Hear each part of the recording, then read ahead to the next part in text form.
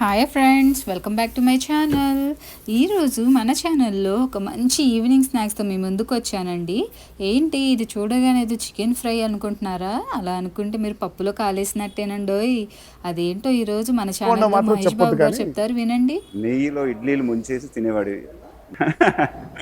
అన్న ట్రై చేయాలి, చాలా బాగుంటుంది. ఏంటి చూడగానే నేను కూడా గీ ఇడ్లీయో పొడి ఇడ్లీయో అనుకుంటున్నారా? కాదండి, ఇంట్లో మిగిలిపోయిన ఇడ్లీతో ఒక మంచి ఈవినింగ్ స్నాక్ అనేది చేయబోతున్నాను. సో దానికి నేను పెట్టుకున్న పేరు ఏంటంటే ఇడ్లీ మంచూరియా. బాగుంది కదా, నాకు కూడా బాగా నచ్చింది.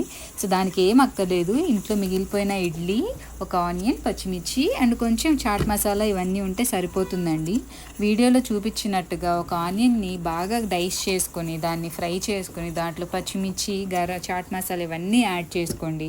ఇంకొక ప్యాన్లో ఇంతకుముందు వీడియోలో చూపించినట్టుగా ఇలా డైస్ చేసుకున్న ఇడ్లీ ముక్కని బాగా డీప్ ఫ్రై చేసుకోండి.